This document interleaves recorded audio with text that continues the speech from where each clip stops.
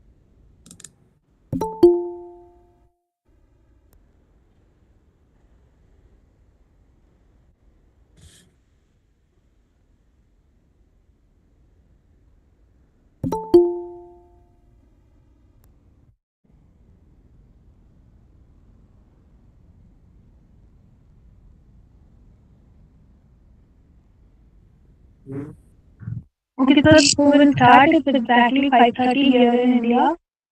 Maybe 7 Okay. a.m. at here. Sounds good. Hmm. So whenever you are ready, I can share my screen or I can My start screen up. sharing We now. can start sharing now. Sir, I'll ask you to share. Okay, let me do that now.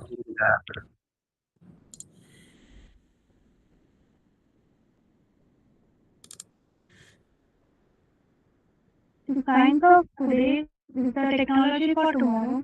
With this, myself, Poonam Bajoria, take the golden opportunity to welcome you all to the plenary talk session on bringing material-specific clarity to the debate on magnetism in uranium oxide, co-organized by IEEE Madhya Pradesh Section Electron Devices Society Chapter, IEEE Madhya Pradesh Section Nanotechnology Council Chapter, IEEE Sensors Council Student Branch Chapter, Indian Institute of Technology Indore, IEEE Student Branch Chapter, Indian Institute of Technology Indore Affinity Group, Women in Engineering. Now I would like to welcome our speaker, Professor Bharat Jalan, Professor in the Department of Chemical Engineering and Material Science in the University of Minnesota, Twin Cities. Now I would like to share a brief introduction about our expert, Professor Jalan. Professor Bharat Jalan, Shell Chair and Professor in the Department of Chemical Engineering and Material Science at the University of Minnesota. Professor Jalan is an expert in material science renowned for pioneering work in oxide tensons, membranes, and bicrystals. He has developed novel synthesis approaches enabling atomic level growth of complex materials. Professor Jalan also holds graduate faculty appointments in the Department of Physics and the Department of Electrical and Computer Engineering at the University of Minnesota. He also serves as the Deputy Editor of AAAS Journal Advanced Science Advances. He has received numerous prestigious awards, including the Young Investigator MBE Award 2016, Air Force Office of Scientific Research Young Investigator Award 2016, Royal Society of Chemistry Emerging Young Investigators 2017, American Association for Crystal Growth Young Author Award 2017, ABS Paul Holloway Young Investigator Award 2017, Presidential Early Career Award for Scientists and Engineers, ABS Peter Mark Memorial Award 2021, and recognition by the National Academy of Engineering as a highly accomplished early career engineer 2022. He has also been honored with the International Silver Prize awarded to one worldwide every 3 years by the International Organization of Crystal Growth 2023, ABS Fellow 2024, and the Weber Fellowship by the Government of India 2024, and recently joined as the JMR Distinguished Invited Speaker by the Materials Research Society at their 2024 spring meeting. Most recently, Jalan was presented with the University of Minnesota George W. Taylor Award for the distinguished research.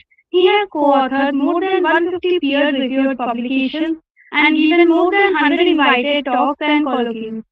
Professor Jalan received a BS dual degree in MSc from the Indian Institute of Technology Madras in India in 2006 and a PhD degree in Material Science from the University of California, San Barbara 2011.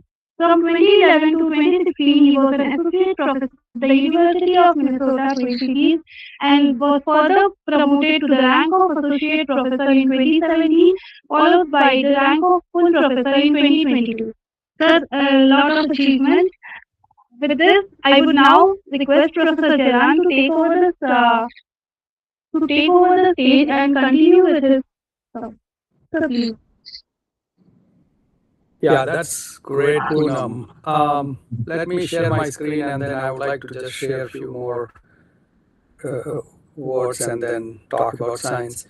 So allow sharing windows, and I want to share this windows. And can you see my slides? Yes. And it's in the presenter mode, right? Yes, sir. Yeah, Poonam, I cannot see you folks. Somehow my screen does not show the videos of the attendee, but I am hoping you are listening to me. Anywhere you see there is a trouble, please call out because I have no idea to check whether on the other side you can still hear me. I do want to first of all thank you and IEEE chapters at IIT Indore. It couldn't be a more, I couldn't be more pleased to be invited by the student group, and I really appreciate you folks to organize this and giving me opportunity to come here and share some stuff that we have been doing in my group at the University of Minnesota. So thank you again very much, Poonam, for yourself and all your colleagues. And of course, IEEE chapters, multiple chapters, I know they are involved here at IIT Indore. So with that, I would like to straight get into the excited, material research problem that we are very excited about in recent last, I would say, 3 to 4 years, which is about this one material system called ruthenium oxide. And let me, in the next, I would say 45 minutes, I would like to tell you about the story of ruthenium oxide and how many lessons one can understand just by carefully observing what you get out of this one material and the importance of synthesis. So the title of my talk is Bringing Material-Specific Clarity to the Debate on Magnetism in Ruthenium Oxide. I'll try to clarify each of these in a moment. But before that, I wanted to also highlight this is the schematic of my lab, where we have a 5 molecular beam epitaxy chambers system. This is the approach that is used to make thin films of various materials with the unprecedented structural and electronic quality. And you see here I'm showing 3 molecular beam epitaxy here, so-called MBE, where 2 of them are interconnected, and I do not show other 2 because they are broken equipment. So many of you may already know MBE not just stand for molecular beam epitaxy, but also may stand for most broken equipment. And that's a name that has been given to MBE, or sometime for fun, people also call most boring evenings, people who are doing work on MBE. And then part of my lab is also associated, also does our own characterization lab, where we make materials and try to immediately understand what are the properties of those, in addition to using several scattering and spectroscopy technique, which are shared facility at the University of Minnesota. The work that I'm going to present to you is funded primarily by Air Force Office of Scientific Research here and Department of Energy. So let me straight get into and tell you about why ruthenium oxide, what we know about ruthenium oxide, and give you a little bit of timeline about this particular material. So ruthenium oxide, both in bulk and thin film, and I'm showing you a timeline here, has been known for good catalyst. And some of you may already know ruthenium oxide is also used as a stable electrode material in a thermocouple for cryogenic application. And that had been the properties for which ruthenium oxide had been known for. And this has been also understood that this is a paramagnetic, as in non-magnetic metal with these applications.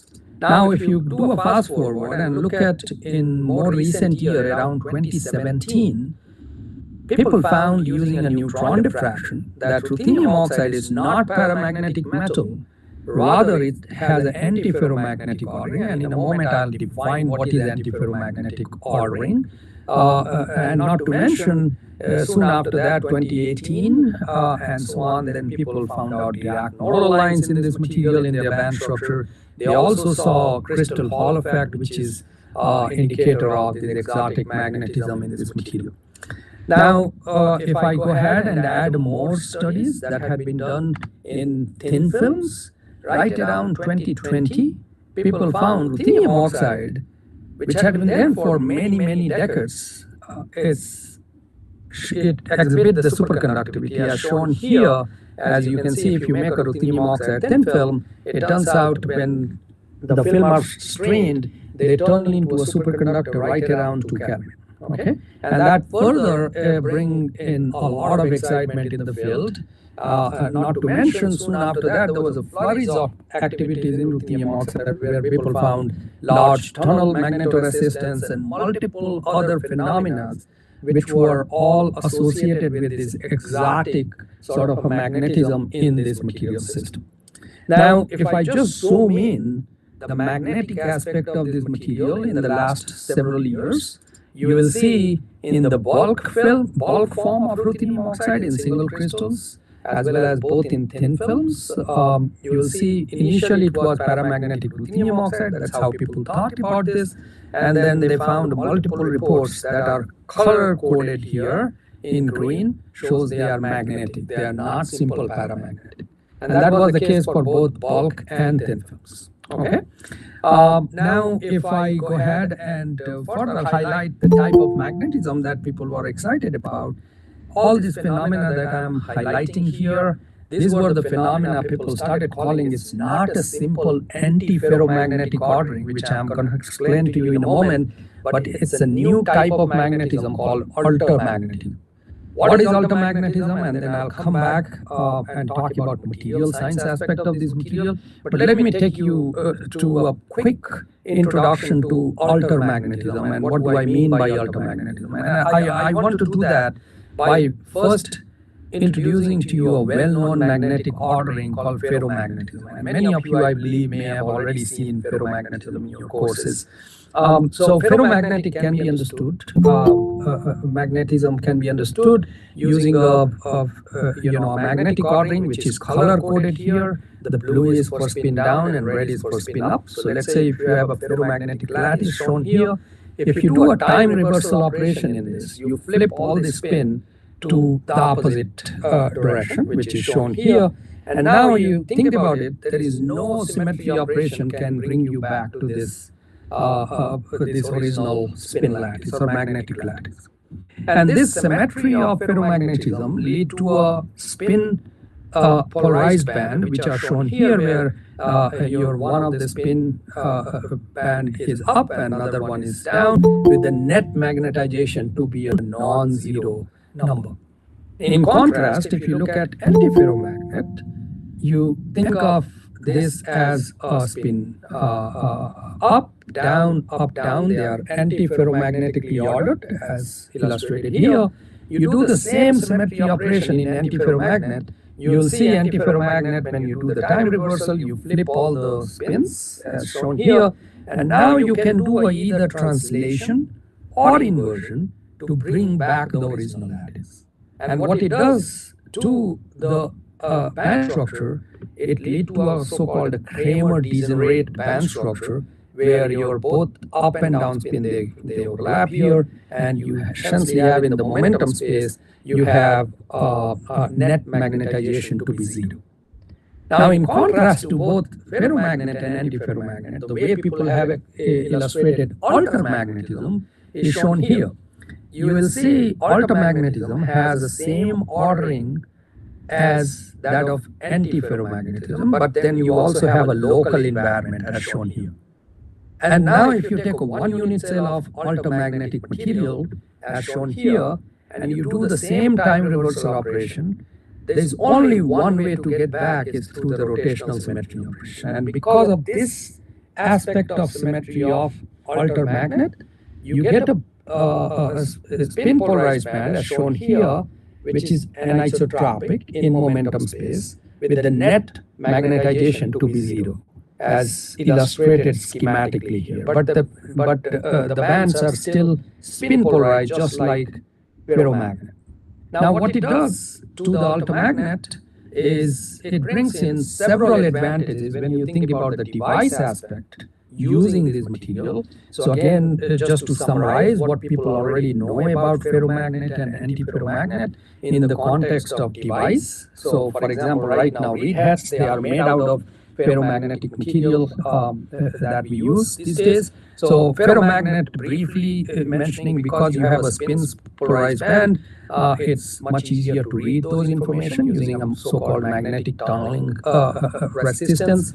And then there are some disadvantages with ferromagnet, which are highlighted here. And in contrast, ferromagnet, since you have no net magnetization, reading the information electrically using antiferromagnet is non-trivial, and that's a challenge for antiferromagnet. But then there are other advantages of antiferromagnet. Whereas altermagnet, why people are very excited, since you have a spin polarized band, you can still do the readout using the spin polarization as shown here, but then you still have an advantage of antiferromagnet given the net magnetization is zero. So you essentially combine the advantage of both world of ferromagnet and antiferromagnet in altermagnet. Now, that's my quick introduction to a ferromagnet, antiferromagnet, and this new class of material, altermagnet, that we are working on, we are very excited about. I will take you back to the timeline that I was referring to, and then I'll talk about some of the material aspect of this one material which had been argued to be altermagnet. So here is the timeline that I was talking about. Now I'm, in addition to showing all the green text, I'm also showing some red text, which shows that while there had been multiple reports shows ruthenium oxide is magnetic and maybe altermagnetic, there are new emerging reports that are written in red. They started to argue the presence of magnetism, and they say ruthenium oxide is not altermagnet, it's not even a magnetic, and these are some of the reports that I am writing in red. Now, if you look at the literature, this is perhaps one of the most heated topic right now in condensed matter physics, is and kind of controversial, although I think it's now being settled. But this has been a very interesting topic in condensed matter physics. So let me take you some of the material aspect of ruthenium oxide, which is very important to understand and address before you start to argue whether it's a magnetic, altermagnetic, or any physical properties of any material. So in particular, ruthenium oxide, if you look at their valence state for ruthenium, you can see ruthenium can take multiple valence state as shown here. If you look at, so you have to be very careful when you are synthesizing ruthenium oxide to understand what kind of valence you have, because ruthenium in principle can take any of these valence states. If you also look at ruthenium oxide, their crystal structure, there is one aspect of crystal structure is very important, and one has to be very careful in keeping that in mind before interpreting their data.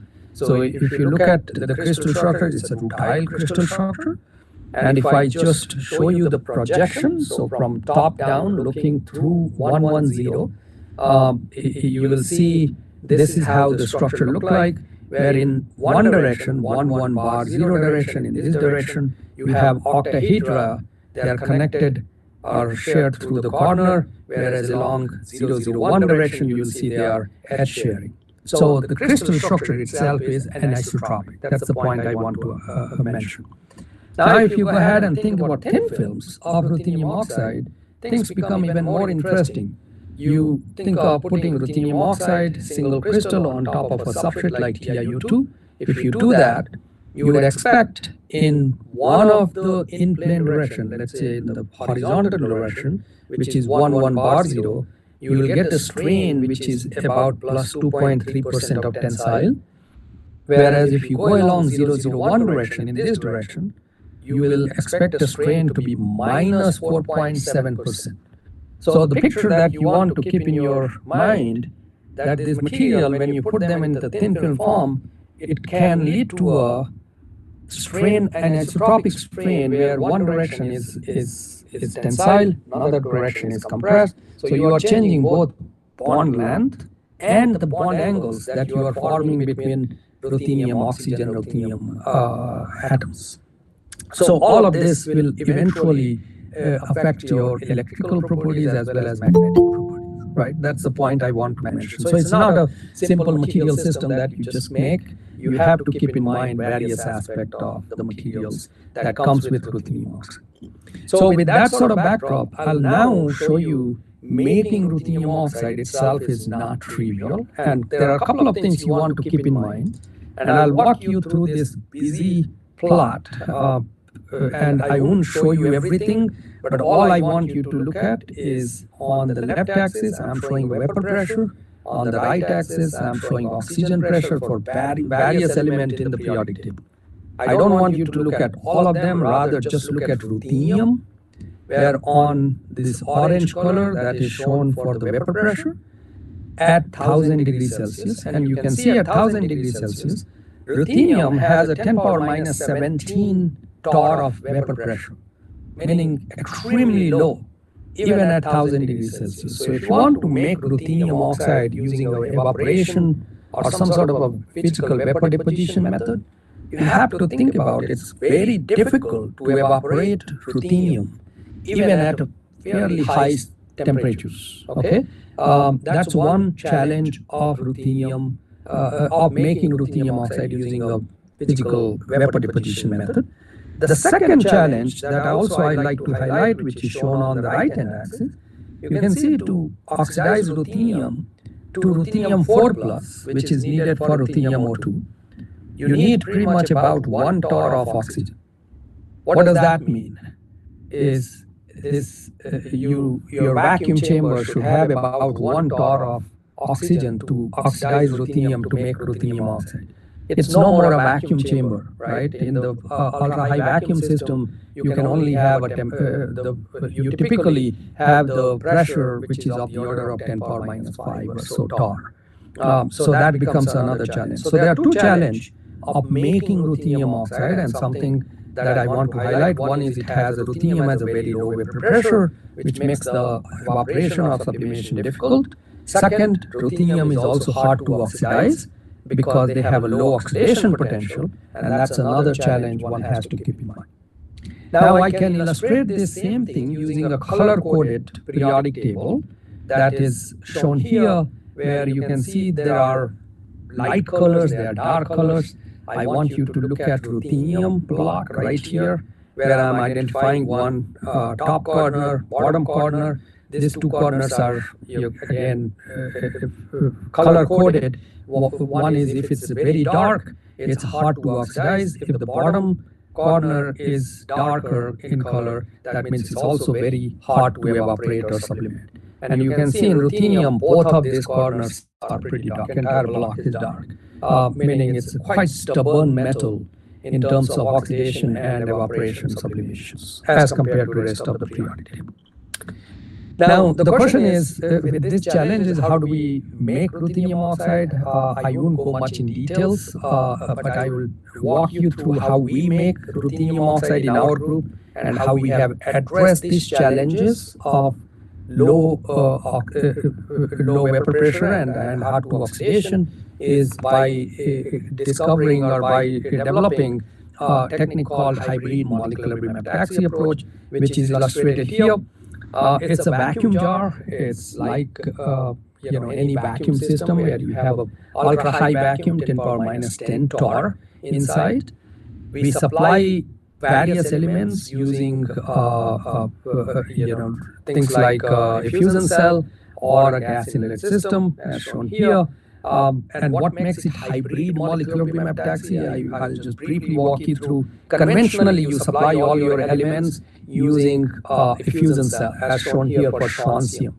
Okay, what we do in our group, we supply some of those elements using a chemical precursor, like some of you may know, using a chemical vapor deposition, which is illustrated here using a gas inlet system. In this technique, we also have a so-called reflection high energy electron diffraction, where you can shine electron beam at a grazing incidence, do the diffraction as you are synthesizing your material, and you can read the diffraction in a real-time basis, and that will allow you to understand how your material or crystal is growing. So pretty powerful technique. And using this hybrid MBE approach, we have already grown various material system. I'll give you one example of strontium titanate, where we supply strontium, titanium using a chemical precursor, so-called titanium tetraisoprop oxide, and oxygen using plasma. And you see this approach works beautifully and has led to some of the world records for strontium titanate. As you can see, what I'm showing on the top figure here is a bunch of oscillations. It's called read oscillations, where you are recording the read diffraction here, that's shown here, and monitoring the intensity change as a function of time at one of these diffraction pods, and this is what it looks like. And what it represents your material is growing one atomic layer at a time, which is pretty cool. You have excellent control on controlling the thickness. After growth, this is shown as the atomic force microscopy image. You can see this looks pretty smooth, and atomic terraces, you can see the film is of high quality structurally. We have also measured the dielectric constant of strontium titanate.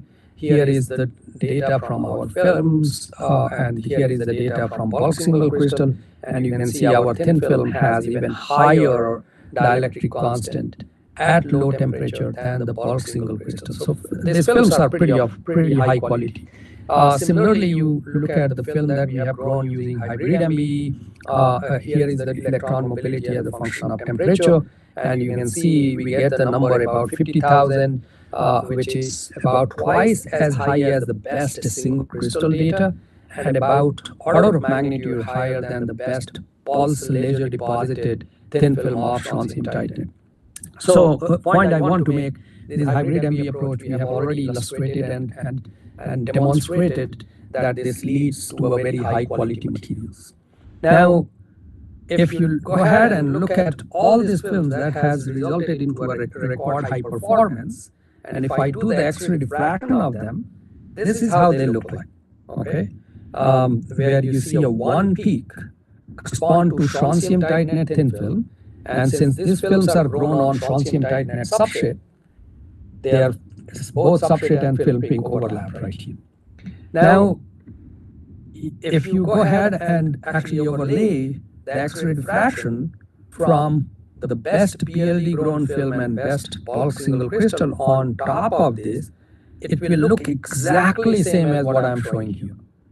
Meaning that if you look at X-ray diffraction as a measure of your film quality, there is no difference you'll find in this film, best PLD film, best single crystal, and our films. It will look exactly same. Whereas if you look at the electron mobility, they are substantially different. So the point again, maybe a take-home message, one of them, I want to emphasize that when you are doing your material research, know the sensitivity of your characterization technique is a matter of how you characterize your technique and how sensitive they are, and that allow you to tell whether your material is same or not same. X-ray will not tell you any difference between this, but other sensitive approaches will tell you the differences between them. So we started, using the same approach. We went ahead and started making ruthenium oxide. How we make ruthenium oxide? We supply oxygen using oxygen plasma. Since it's a hybrid molecular epitaxy approach, instead of a pure ruthenium source, we are using a ruthenium chemical precursor, as shown here, ruthenium macaque, acetyl acetonate. This is highly volatile. It addresses the issues of low vapor pressure for pure ruthenium metal. Instead, in the form of chemical precursor, this has a pretty high vapor pressure. And also ruthenium is pre-oxidized here in the +3 state, which helps with the ruthenium oxidation. So by supplying ruthenium agate now at just about 100 degrees Celsius in the presence of plasma, we can make ruthenium oxide film as shown here in the X-ray diffraction, phase pure single crystalline ruthenium oxide on arc length sapphire. Film look pretty good after growth, atomic terraces, and this is the reflection high energy electron diffraction again shows film structurally, surface is good, structurally film looks tactual. We have grown the same films as a function of different substrate temperature as shown here, all the way from 300 degrees Celsius to 850 degrees Celsius, just to understand how does the substrate temperature affects the structural quality of our films. And you can see clearly at the lower substrate temperature, film shows these nice Laue oscillations, whereas those Laue oscillations disappear when you grow at higher temperature. When you look at the rocking curve of these films, you can see we see a single narrow rocking curve here. As you go at higher temperature, you start to see pretty broad rocking curve for ruthenium oxide. What does it tell you? That the films which are grown at 300, they are of superior structural quality, whereas the films which are grown at higher temperature, they are of less superior structurally. And that's evident also in AFM, where you can see atomic terraces, whereas the film at higher temperature, they get roughened. Now, overall, the structure of ruthenium oxide looks pretty good when you grow them at lower temperature. So we went ahead and we fixed the temperature to 300 degrees Celsius, and we grew a bunch of films with the different thicknesses as shown here. And you can see in all these films, we see these nice, beautiful Laue oscillations. Okay, we do see a film peak, single film peak, which says it's a single crystalline. We have a substrate here, TiO2110. We also went ahead and did the XPS on all our film, X-ray photoelectron spectroscopy. And you can see within the resolution of X-ray photoelectron spectroscopy, we only see ruthenium 4+. So one of the challenges that I highlighted earlier is ruthenium can have a multiple valence state, and you need to know what valence state you have. And in our films, we confirm that within the resolution of XPS, these are all 4+. So now structurally, when we showed films looked pretty good, both in X-ray diffraction, in XPS, the question was, are they really stoichiometric films? Okay, how do we actually probe the defect and disorder in films using a technique which may be more sensitive to this kind of disorder? So we went ahead and took these films which are at different thicknesses. We measured the resistivity as a function of temperature. Couple of things you can see right here is the film at different film thickness.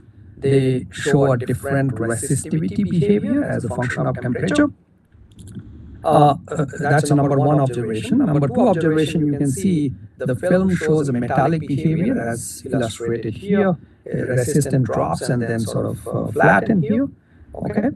Now, if I go ahead and just plot this value, residual, so-called residual resistivity, taken resistivity at lower temperature, just that, and I make that plot of rho 0 residual resistivity as a function of our film thickness. This is what I'm showing for our films, and what I'm comparing here with state-of-the-art ruthenium oxide film from the literature. And what you can see for our films that we have made using hybrid MBE, they are consistently lower or maybe a comparable numbers to that of the state-of-the-art ruthenium oxide using a conventional molecular biomechanics. What it tells you again that our film, even using a rho naught, which is a very sensitive to disorder and defect in your material, this is smaller value compared to what is out there. So we have a lower defect or maybe comparable defect to what is out there in the literature. So now that we knew the materials can be made structurally good, and from the electrical measurement they look superior and pretty good, the question we wanted to ask about the controversy that I mentioned earlier about the magnetism in ruthenium oxide. So first thing we did, we went ahead and carefully made the Hall bar devices to understand the effect of this in-plane anisotropy that I mentioned earlier. In one direction you have a corner sharing octahedra, and in another direction you have edge sharing octahedra. So we made two Hall bar in one direction and another one in perpendicular direction. We measured the transport as shown here, and you can see in transport resistivity as a function of temperature. The thicker film shows metallic behavior as shown here. This is the solid line for 001 direction. That's along this direction. Current is flowing, and dashed line where the current is flowing along the 11 bar 0 direction as indicated up here. And you can see both are pretty close. Solid is below the dashed line. But as you are decreasing the film thickness, something unusual happened. Is the solid line which was below the dash line, now up for the thinner films, dash line is now below the solid line. Okay, that's one observation. Second observation is your film is metallic and the resistivity is increasing as you are decreasing the film thickness. Resistivity is a material property. It should not scale with the thickness, but you can see it actually decreases increases with decreasing film thickness. So I can summarize that in a plot here where I'm plotting the resistivity ratio along 001 direction to that of the 11 bar 0 direction as a function of film thickness for two different temperatures. And you will see right around 4 nanometer right here, the trend, the bold is below the dash, that trend changes right around 4 nanometer. Okay, so that's one observation. Second observation that I mentioned is your resistivity. Metal for a thicker film is becoming insulator for a thinner film. So here are a couple of questions that you may already be thinking about it. Is what is going on? Why there is a directional crossover in resistivity at about 4 nanometer? Okay. And the second question that you may also be thinking about is as the film thickness decreases, resistivity increases as shown here, leading to metal to insulator transition. And what is the cause for this metal to insulator transition as the film thickness decreases? And some of you may have walked on this area and may already be thinking about this, that this 4 nanometer may be related to the strain relaxation between film grown onto a substrate. And the second question may be related to some sort of structural disorder, surface interfaces, or maybe dimensionality itself, because film is becoming thinner and thinner. You have very fewer number of atoms in the thickness direction, right? Now, in a moment I'll answer both of this and how we actually tackle this type of materials problem. But I want to just bring up the answer first. As you will see in next slide, the reason for the first open question is strain relaxation, and for the second one, it was the interface effect that cannot be ignored. And I'll show you how we walked through these questions and how we went about addressing this type of questions, again using materials, careful material synthesis.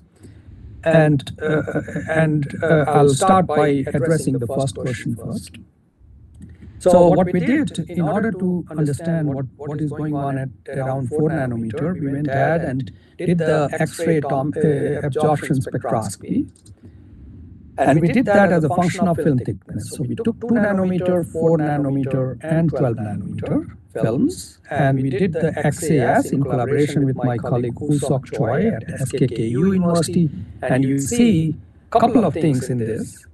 Is right around 4 nanometer, the crystal field energy for ruthenium oxide substantially changes. About right here, shown here. It's quite a bit of change right around 4 nanometer. And also if you look at the Hall coefficient measured using a Hall measurement as a function of film thickness, right around 4 nanometer, there is a big change happening. So again, showing this 4 nanometer is a magic thickness where the electrical properties or electronic structure of your material is changing. Question was why it is happening, and answer we think is because of the strain relaxation. So what we did is we took all these films and we went ahead and did the reciprocal space map, which is an X-ray based technique to understand the lattice parameter of your material. We measured the lattice parameter both along outer plane direction 110 and in the in-plane direction. One of the in-plane direction is 11 bar 0, another in-plane direction is 001. We measured both in-plane strain, in-plane lattice parameter, and you'll see the film which was 4 nanometer film is fully strained in both directions. Whereas if you go to a thicker films start to relax. It's strained in 11 bar 0 direction, whereas it start to relax along 001 direction. This is the film blob. You can see here, it's much more clear here, which is different than the substrate. Tells you the film relaxation start to happen right around 4 nanometer. And that's why we think that strain affects the electrical properties which is responsible for the directional crossover as well as big change in the crystal field energy and the Hall coefficient. Okay, so that we answer. The second question was, what is going on which drives the metal to insulator transition in ruthenium oxide? So in order to do that, we went ahead and looked at our data carefully. As you may see again here is the data that I showed you earlier. And there are couple of ways to think about this electrical data. And one simple way to think is the following. You have a ruthenium oxide onto a substrate, and you may think if there is an interface effect, then interface may have a different conducting properties than the bulk ruthenium oxide itself. So you may consider this metallic ruthenium oxide as made out of two resistors illustrated here, where you have one interfacial contribution and one is the bulk itself, ruthenium oxide. And if that's the case, you can expect your 2D conductivity should be a function of thickness of ruthenium oxide is like a two conductor in parallel. Okay? And this is what you would expect your 2D conductivity should be linearly proportional to thickness of your film. We went ahead and made a plot of the experimental data shown in the points here, and you can see this experimental data follows this linear line one would expect from this model where you have an interfacial contribution and your bulk. Showing right around 1.6 nanometer, below that your film is not conducting, and that's where interface take over. So your interface effect is somewhere around 1.6 nanometer. Question is what is going on at the interface. We'll come and talk about that, and I'll show you how our thought process, how we went about asking this question and addressing this question. So that was one of the interesting observations we had. We then ask ourselves a question, this is the interface, but surface itself also is an interface. It's not with TiO2, but with the air. Maybe surface is also affecting the properties of this ultra-thin ruthenium oxide. So how about the effect of surface which is not accounted for in this model here? So we went ahead and we protected the surface, and we created now a structure which is illustrated here, where you have a TiO2 as a substrate, ruthenium oxide film, and then again we cap with insulating TiO2. And now your surface is not exposed to air which can contaminate the surface and change the properties. So we capped it. We grew a bunch of films. Structurally, they look very good. Again, in read, in AFM, they are atomically smooth. We did the X-ray diffraction, which tells you this nice Kaisic fringes as a function of film thickness. Again, shows we have a pretty good structural order. We confirmed film are epitaxial and single crystalline. We also did so-called electron tychography imaging with our colleague Jim LeBeau at MIT. where they have been able to identify the ruthenium oxide film, TiO2 cap layer, and TiO2 substrate. And they all look pretty good. Structurally, there was nothing we can see which was unusual. We now took this sample, this bunch of sample, and we did the transport measurement. Here is what we did. You can see the film, I'm showing resistivity as a function of temperature on a log scale here. And once again, you can see film shows metallic behavior as expected. And you can see as I'm decreasing the film thickness, film become less and less conducting or more resistive. But even now, 0.8 nanometer film, which is barely about 2 unit cell, it conducts metallic-like, okay, which is very interesting. Now we went ahead and tried to explain our data using, again, a simple circuit model here, where I have one interface. Now I created another interface, well defined, which is capped with TiO2, and then my bulk, ruthenium oxide. And you can go ahead and write down the effective circuit, effective conductivity from this model, and you would expect this is how it should be a linear line, and it does fit the linear line, and goes through beautifully with our experimental data. But now there is a critical thickness right around 0.7 nanometer, below which film seems to be not conducting, okay, or mostly compensated, I would say. So now the interface thickness that I was earlier pointing out, 1.6 nanometer, with the top layer being capped, that thickness where the resistivity or conductivity goes to zero is about 0.7 nanometer. So almost half of that number. Again, there is a finite number, 0.7 nanometer, there is below which carriers are compensated or conductivity seems to go to zero. Question is, what is going on at 0.7 nanometer? And in order to answer that question, what we did, we took help from our TM colleague, where we went back and looked at this TM images more carefully. Here is one of the tychography imaging. As you can see, this is the TiO2, ruthenium oxide TiO2. We carefully analyze this data, where we look for titanium and oxygen bond length. Okay, and in tychography, you can actually visualize oxygen as well. And we plotted that bond length difference, compared to what one would expect in bulk, and we showed that difference using these arrows that are shown here overlaid on this TM image. What you will see immediately, right at this top interface, there are arrows pointing downwards, and at near the bottom interface, there are arrows which are pointing upwards. That's one observation. What it shows that near the interface, you have somehow created a polarization in the material, both TiO2 and ruthenium oxide. Yeah, I can quantify that out of plane polar displacement as a function of atomic plane from 1 all the way to 24 here. And you can see TiO2 near the interface has some finite polarization. Ruthenium oxide near interface also has a finite polarization.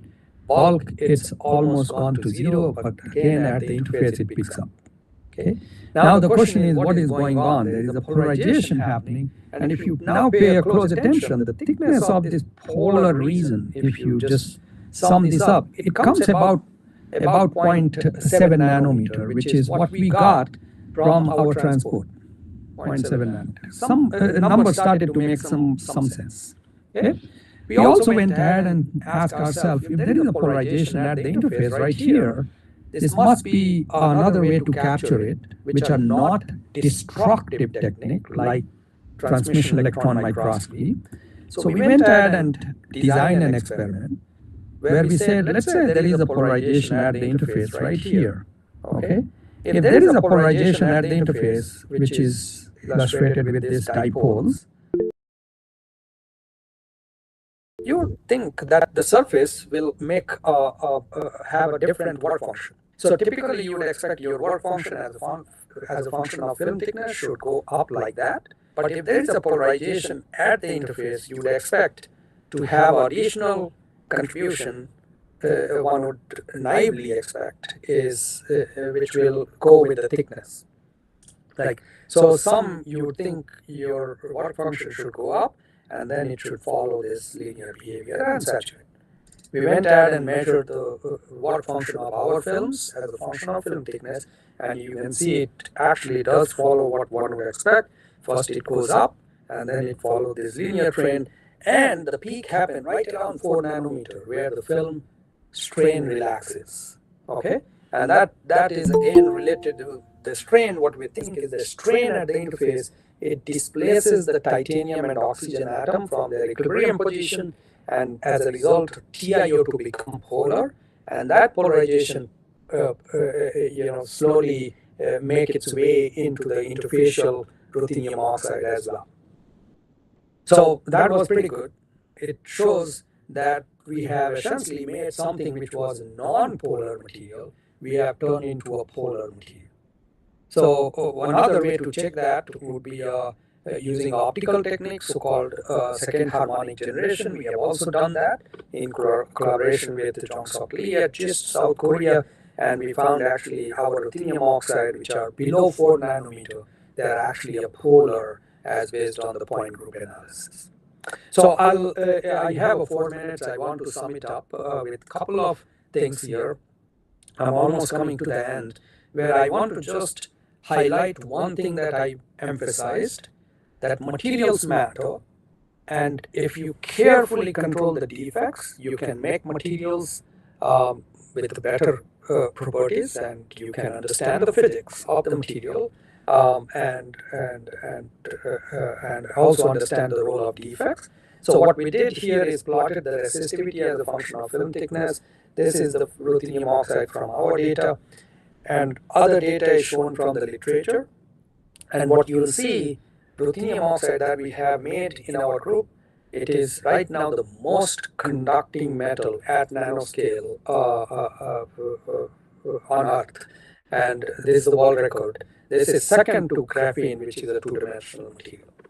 Okay, and this again became possible with the excellent control over the defects and synthesis of this material.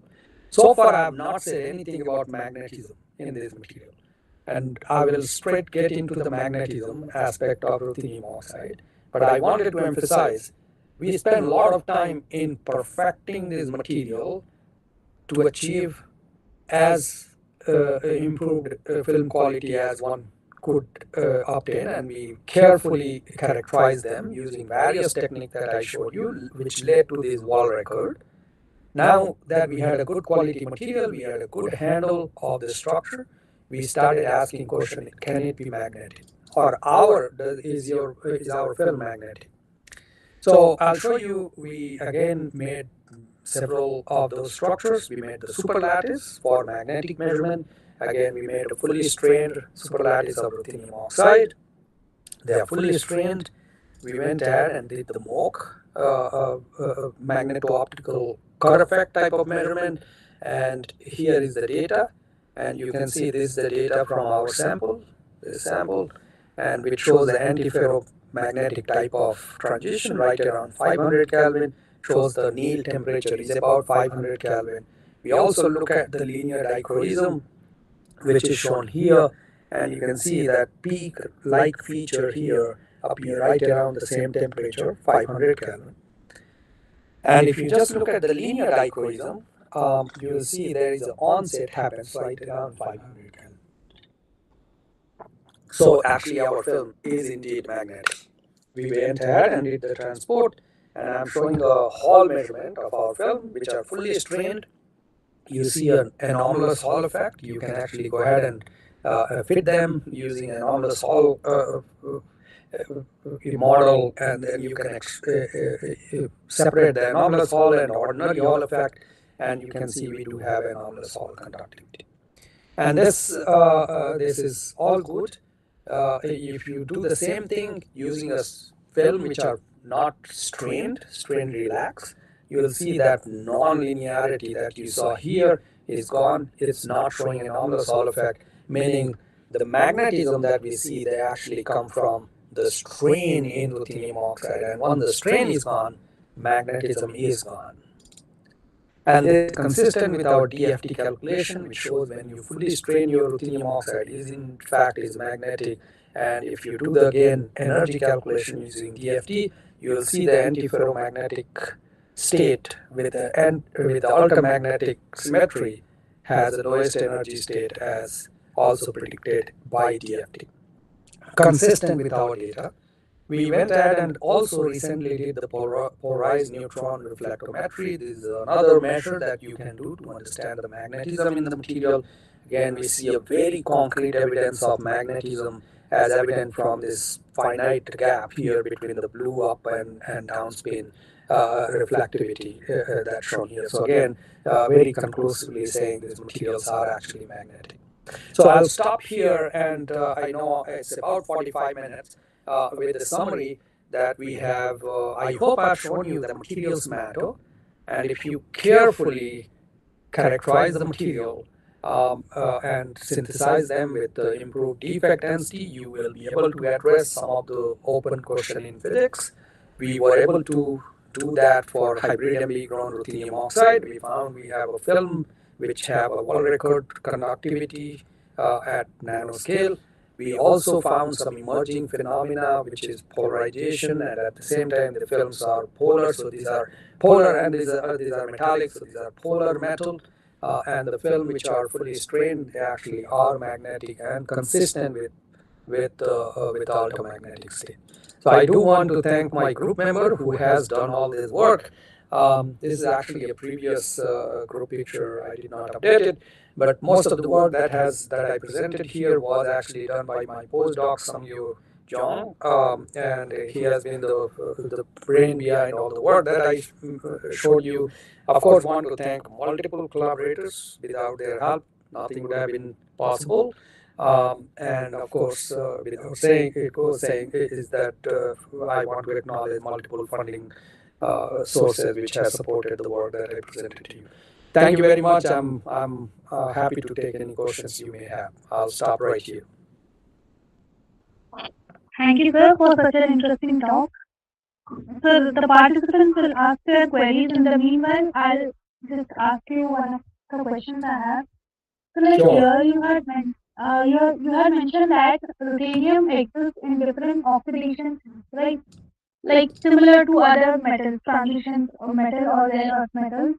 So, how do you take care of the oxidation state while while growing or synthesizing ruthenium oxide? Like, how do we make sure that the particular oxidation state we require is only synthesized and the rest others are not? Wonderful question, Poonam. Thank you for asking. I think some things we just in synthesis science we leave it to the nature, and that's exactly what we do. We leave it to the nature as in thermodynamics. So it turns out that ruthenium oxide is a stable phase, and if you have oxygen and ruthenium, forming RuO2 is the most energetically favorable phase to form. Now, as you may expect, oxidizing, having a ruthenium into a +4, +5, or +3, it depends on how much of oxygen I'm putting in. If you have more oxygen, you will expect to have ruthenium goes to +5 state. You have a little oxygen oxidizing atmosphere. It may not even oxidize, and it can remain into a +3 state or +2 state. So what we do in our approach, we are supplying this ruthenium, which is pre-oxidized in +3 state, and then we are supplying oxygen in addition to the ruthenium pre-oxidized state, and then let thermodynamic decide what it wants to form. And under the growth condition that we synthesize our material, thermodynamics favor to form ruthenium of 2. That's why now the question is, how do I know in our films we don't have any other phases? That's why we do all the other characterization that we can do to see and probe, do we have any other balanced state of ruthenium beyond ruthenium 4+. And based on what we have done is we detected nothing. So answer to your question is the nature which help us to stabilize ruthenium 4+, and because it's a more stable phase. Okay, so if you are working with different metal oxide, like I'm not talking about ruthenium oxide, if I'm working on any other metal oxide, So the thermodynamically stable state, like the valence state which is thermodynamically stable, is most likely to be formed during the synthesis. That's right. Most likely to form, but then I would also encourage you to think and be aware of that thermodynamic is one aspect. During the synthesis, there is another aspect called kinetics, Yes, and sir. kinetics can also play a very important role depending on which synthesis approach you are using. And those kinetics can actually stabilize some other or can trap other valence state which are not favored by nature. Even though nature wants to form one particular valence state, you may end up getting another valence state. So that's something you have to keep in mind, that what aspect of synthesis that is playing a role in your synthesis approaches. Is it entirely thermodynamically limited, or are there also effect of kinetics on your synthesis? Okay, sir. Thank you, sir. Uh, Yeah. Now there is a participant who has mentioned his query in the chat box, so Mhm. I'll read that. It's Surendra Jagnu. He's writing that when measuring 2D conductivity, ideally thickness should not have any effect on the electrical conductivity. But Yeah. it changes with thickness, even though conductivity is a material property. Yeah. And And yeah, please go ahead and so, yeah. and he has also mentioned that he is struggling to measure electrical conductivity using the Hall effect or the fourth probe method, which always gives him different results with the same material but different thickness. What should be the proper way or method? Yeah.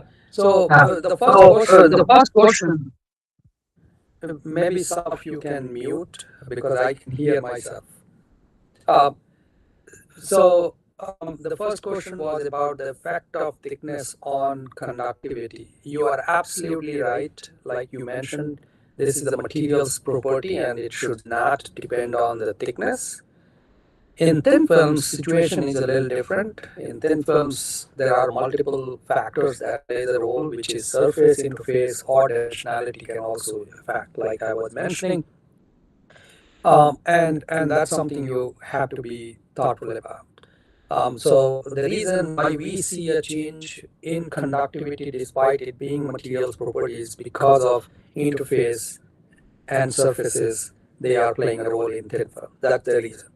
Okay. The second question was, and maybe you can repeat again, but second question is how do you carefully measure the electrical conductivity using temperature dependent measurement or Hall measurement, right? Um, there are a couple of things that is important to keep in mind, and I'm going to give you a generic answer. Happy to take other question and clarify this further, but it's important to have a right contact. So when you have a material, you want to make sure your contacts are ohmic. That's number one. Placement of contacts, the device shape, size also matter.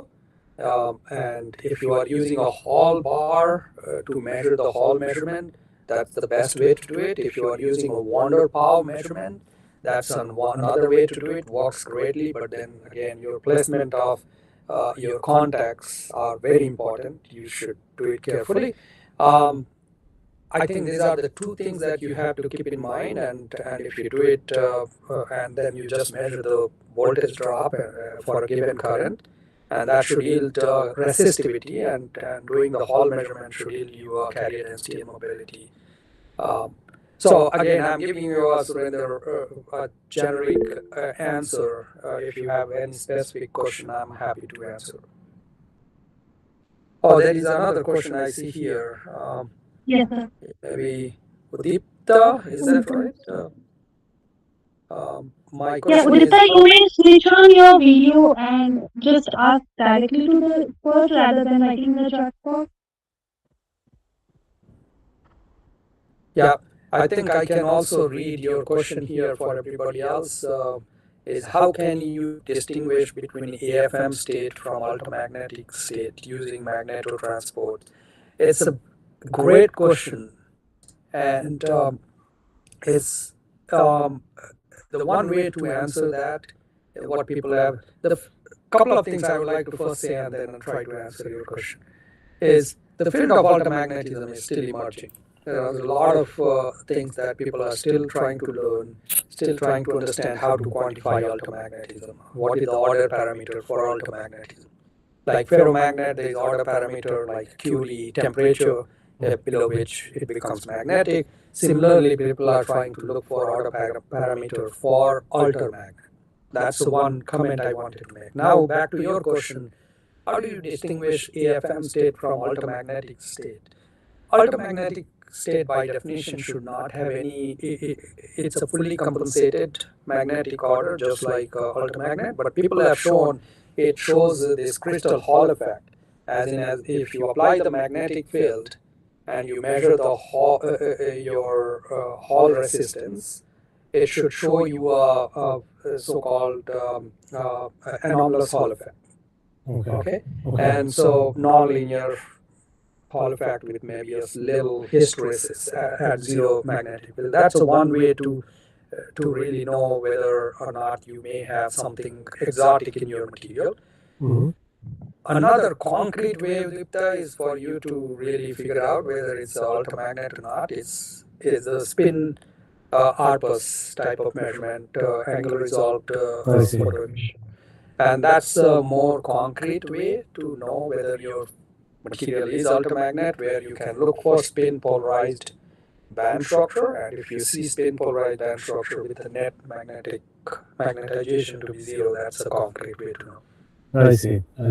Okay, thanks for the quick answers. Thanks for the answers. Okay. Hello, sir. I'm Surendra Jangu. Hi, Surendra. Sir, I just asked a question about thickness relation with electrical conductivity. Actually, sir, I am measuring electrical conductivity of graphite samples with different thickness in the micron range, around 200 to 700 micron pellets. I have measured conductivity using Hall effect and from Kirtley source meter. But there are variations in 10 times, 100 times, so it is a huge variation. So a couple of questions. Is it so you take one sample, which is a bulk sample or thin film? Yeah, bulk sample. I have powder sample. I just you make a pellet, right? Yeah, pellet. Yes. And then and the shape of the sample, you are trying to put a contact on the sample. Sometimes I have put contacts, but as graphite is a conducting sample, so operator says that only contact. I think that silver paste is not required. So let's say a couple of again remarks there is make sure you have a contact on the edges for your sample, and then you pass a current in one direction, measure the voltage in another direction. So make a plot of resistance as a function of current, and make sure that your resistance is unchanged as you are changing the current. That suggests you have an ohmic contact. Okay. That's a quick check you do, and you do that for both directions where current is flowing in this direction and current is flowing in the other direction. Okay.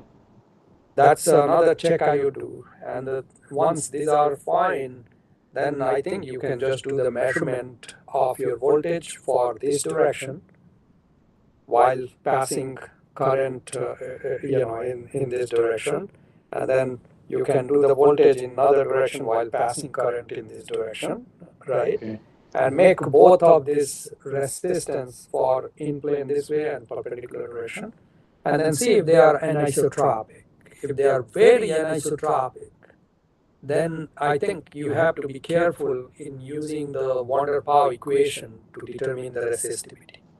But let's say if they are isotropic, as in they are within the factor of 2 or 3, you can apply the van der Pau equation and determine the resistivity from the measured resistance. Okay. And that should be fine. That should give you, yeah. And so another check that I also do is usually within your sample, is your sample homogeneous, right? Okay. So you may try to make a larger sample, smaller sample of the same sample, smaller piece and larger, and then make a larger sample, then cut it into smaller, and then do the same measurement. It's a bulk. The resistivity should remain unchanged with the thickness. Because we measure only surface resistance in ohm per square. Mm-hmm. So it should not change with thickness. So ohm per square is the sheet resistance, right? Yes, heat resistance. Yes, Sheet resistance does vary with thickness. Okay. Resistivity do not change with thickness. So sheet resistance time the thickness should be constant for a bulk sample, right? Okay. But if your thickness is changing, your sheet resistance should change. Okay. Yeah. Okay, thank you, sir.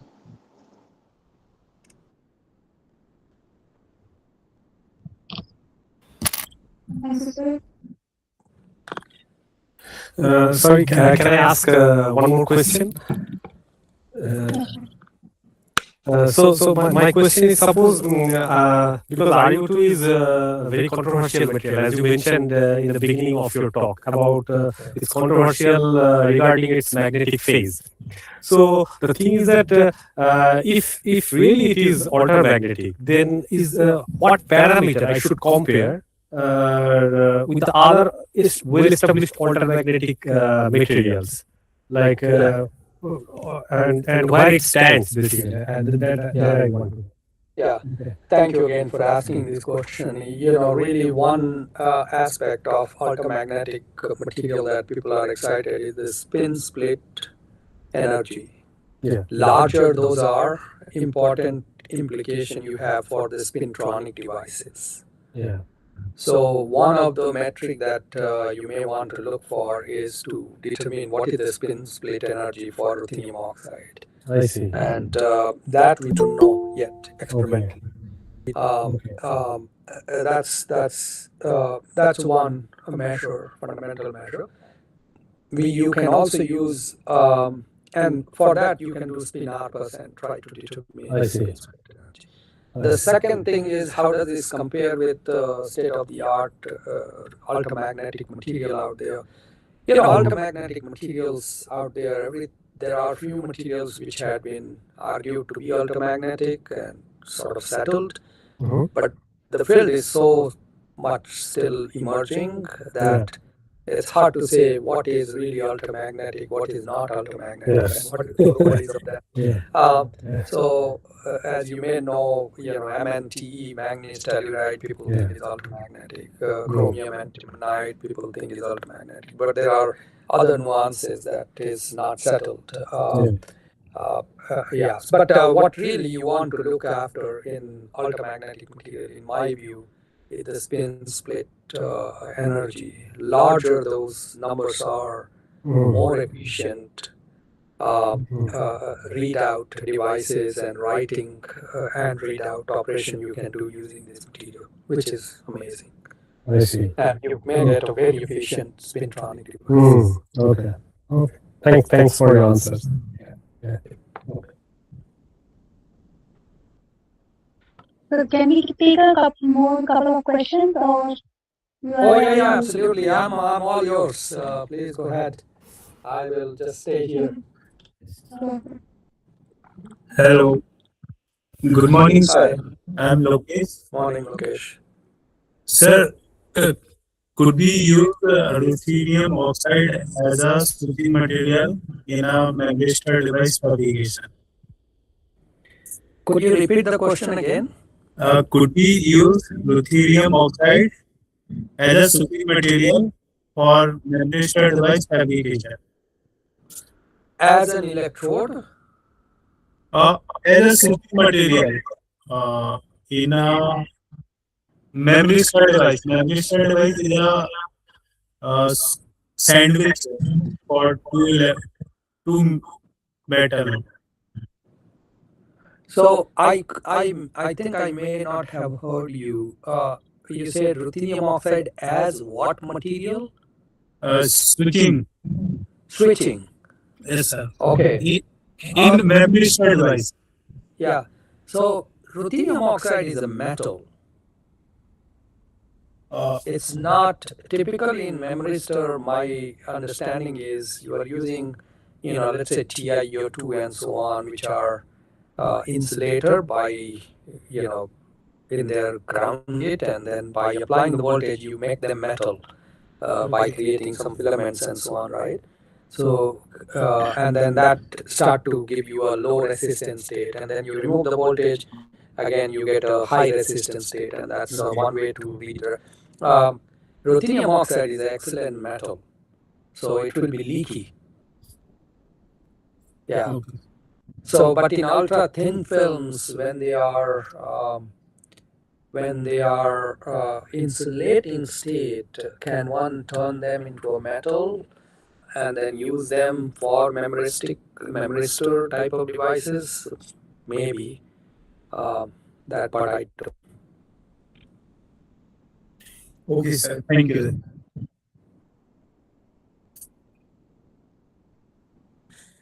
So it seems the participants don't have any queries, like there are no hand raises or questions in the chat box.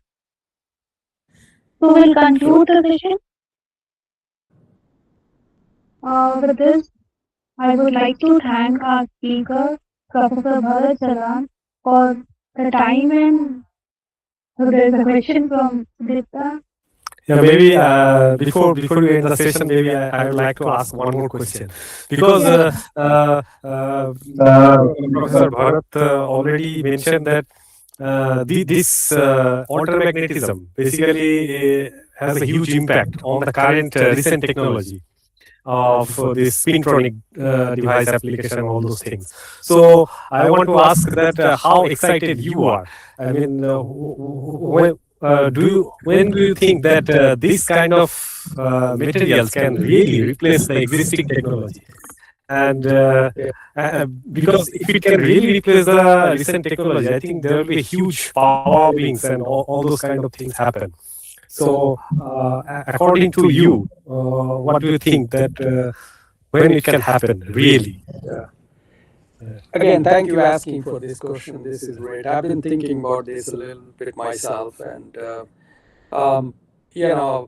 give you honest answers, I think if what people had been arguing about ultramagnetism, and if this is all comes out to be the way people are thinking, including myself, I think this can have a huge impact on the spintronic technology with the energy saving at least and the speed at least a factor of 2 or so, right? Which is huge with AI and where we need a lot of energy right now. Now, where is the field right now? What do I think? In my view, I personally think the field is at the stage where, if you look at the literature and all the work that is coming out, there is a quite scattered effort out there. There are some people who are making material. They are saying my material is magnetic. There are some group who are saying non-magnetic. There are some group they are doing prediction. They are saying my prediction says it's magnetic. Some people are saying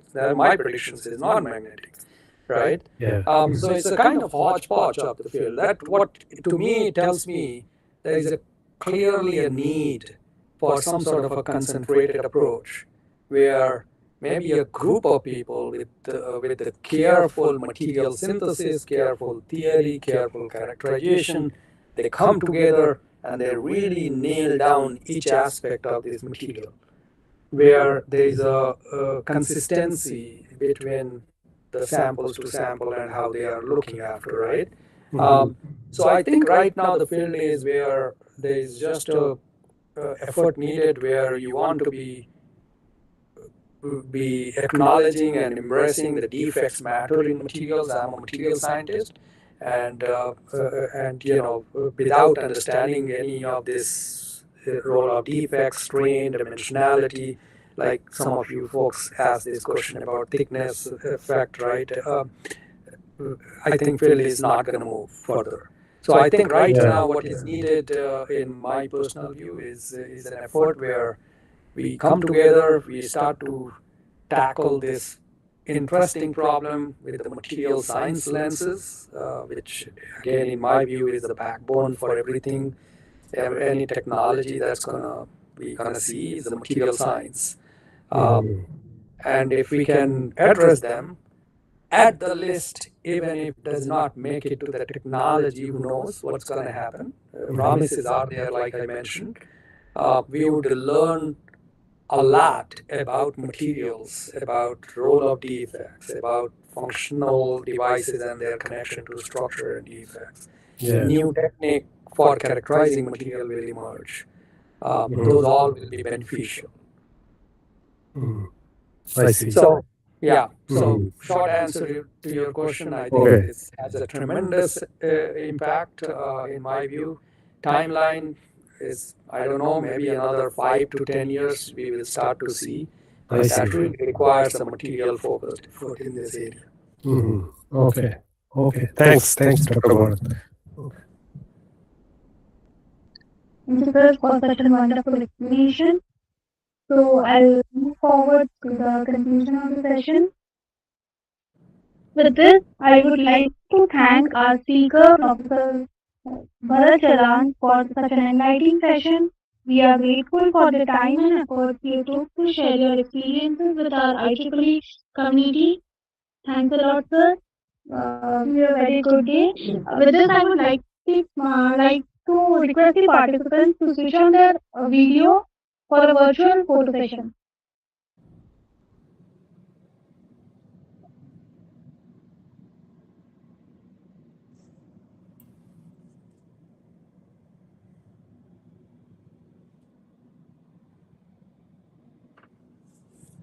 Thank you, everyone. Thank you, sir. Thank you, sir. Thank you, sir. Thank you so much. This was great. Yeah. Good day, sir. Yeah, thank you, Poonam. Thank you, everyone. Thank you. Bye-bye. Bye.